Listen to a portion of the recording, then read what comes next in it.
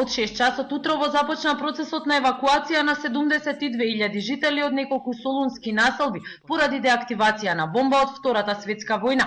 Со автомобили и организирано со автобуси, граѓаните беа однесени во специјално отворени и адаптирани простори и спортски сали за престој, додека трае процесот на деактивација.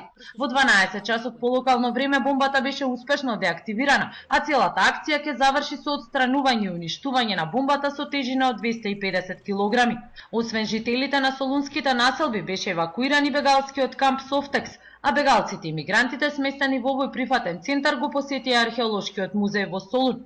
Бомбата од Втората светска војна беше пронајдена сосема случајно пред неколку дена, додека работници копале за да постават темели за изградба на објект во една солунска населба.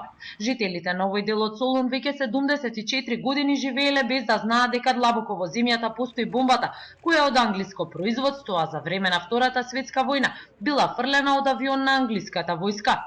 За вестите на Канал 5 од Атина, Сања Ристовска.